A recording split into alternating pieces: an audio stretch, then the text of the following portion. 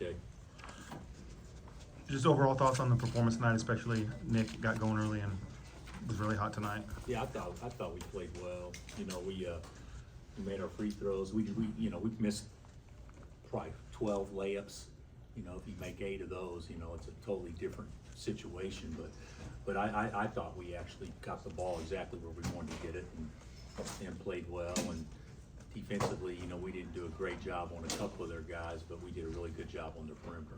And I didn't see it, but was there a thing on the handshake line? No, he just didn't want to shake hands, he just did a flyby. That's fine. That's fine. Hunter had mentioned, before he told Hunter had mentioned how it stuck with him, how the K-State game went over in Manhattan. It stuck with him, how they celebrated a little more, and he thought they would. You see that kind of stick with the team in this game, especially since it's a rivalry game? Yeah, that stuff, the celebration and going in the stands and stuff, we're used to that. So that's not, you know, I will say this, when we got our ass kicked there, we shook everyone's hand and, you know, did a handshake line and all that stuff. So I guess it was different here today. But the whole thing is, that's what happens with rivalries. I mean, that's what happens with rivalries. And if it didn't stick with them, then they probably shouldn't be playing here, you know, because that's, you know, you always want to be your rival. You mentioned the success you guys had defending the perimeter. Just what was so key to limiting Perry and Carter to 1 of 13? I think the ball screen defense was good. Now, they scored behind it some, but they didn't score off the screens, and that's where they hurt us so much over at their place, I thought. And then you touched on this in your speech at the end, but just, you know, you've been promising a game where Nick would hit a few threes, and he got one tonight. Just how did it feel to see that come to fruition for him? Yeah, you know, I saw his family. They were out taking pictures at midcourt about 4:30 today, and with his uncles and mom and dad and everything.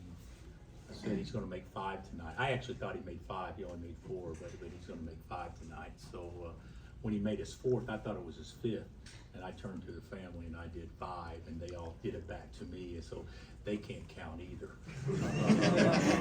So neither one of us can count. So.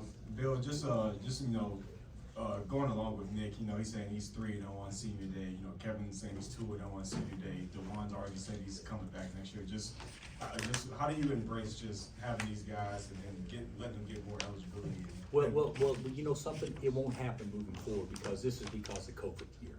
And this is the last year that there's a COVID year. Like KJ won't get a COVID year. But well, I think that's not the last, because 4th year seniors this year can't come back and come back next year. So it could be one more year. You're right. It could be one more year. Then after that, it won't happen again, at least unless they change the rules. But I actually, it's nice. You know, this has been such a strange time for us because we had, you know, arguably as good a non-conference as anybody had in America. You know, Connecticut, you know, Tennessee, you know, you played Kentucky. I mean, you had some great wins, and then we haven't been as good in conference play. We haven't been as good, but our conference is really good. So if we had played really well in conference, instead of being, what are we now? 10-7? So instead of being 10-7, if we play great, we'd be 13-4. If we play great. So we're 3 games off of where we probably hope we would be. But you know, the feeling that happens so often here is when you lose, you know, the sky is falling. And you know, we did fall out of the top 10 this week for the first time this year, if I'm not mistaken. For the first time in 3 years, we fell out of the top 10. It's not like the sky is falling. And if we're healthy, you guys have seen it. When we're healthy, there's no guarantee we're going to play well. But when we're healthy, we can be kind of tough to deal with. You know, we just haven't been healthy. So I'm proud of our guys. We've had a good year, but we haven't had a special year.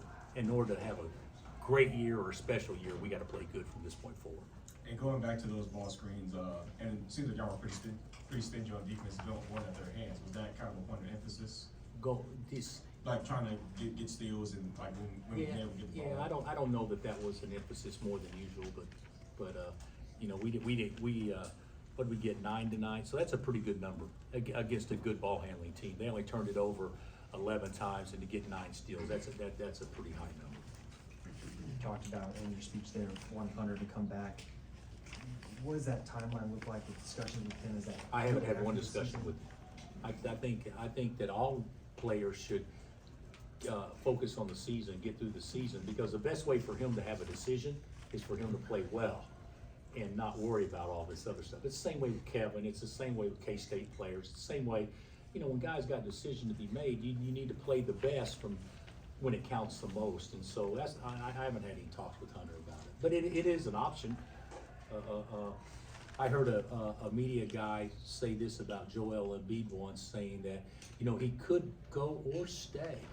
And I said, wow, that's some great journalism there. He couldn't go or stay. And he said it on national TV. And I gave him crap for a long time, but Hunter's the same way. He could do either one. So we'll just wait and see how it plays out. What about that environment tonight, the way that the crowd, you know, embraced Jank and Patrick and wanting to get them on and Yeah, crowd's always great. Fans are always great, you know. We didn't give them a lot to cheer about in our last outing, and we got beat. But we played better tonight, and the crowd always does their job. And, you know, it's every time you walk out there, it's 16,300, you know, waiting on you. So, you know, they were good, obviously. Anything else? Jay? Real quick, Coach, you talked about health. As the season kind of winds down to March, do you think you guys will be whole when? I don't know. I hope so. I have no idea. I think Kevin is a situation where he could, you know, he's had about 5 blowouts in the last 2 games where he can't explode off his leg yet, but he'll get better. But the whole thing is with him, he could tweak it at any time and be a setback. But I think, you know, Parker needs to get well so we can put him out there. But you know, for this late in the season, you know, and Kevin be the primary situation, there's a lot of teams dealing with a lot more than what we've had to. Even though we don't have much depth, we just can't have one of those guys go down. Bill, that last defensive possession of the first half, you gave up the 3 against BYU, but tonight you got the stop. Positive signs, progress, anything like that? Well, it was terrible defense, Okay. and Hunter made a great play. Isn't that the one where Yeah. Hunter blocked the Yeah. shot off the ball screen? Bad defense. We didn't load up at all, and then Hunter made a great play. I thought the first half they hurt us on that. Second half we were a little bit better, but there's still a lot of things we got to tighten up. And then also, you got up big and then you put your foot down. Is that these guys finding a different gear? I hope so. I don't know. I thought we ran pretty well in the second half, but I hope so. I think that we've left timeouts a lot, up 9, and 9 becomes 5 in 2 possessions, and that didn't seem to happen tonight. Bill, you talk about that depth in y'all not having it this year. I know some Boston was happened earlier this year, but has it been difficult to kind of build some depth with this year's team, or try to get some depth with this year's team? Yeah, I would say so. You know, we don't have as many guys, and guys don't provide depth. Having a 6th, 7th, and 8th starter provides depth. And we haven't been consistent with that. Although we got good players, but we haven't performed. Like Nick's a really good player.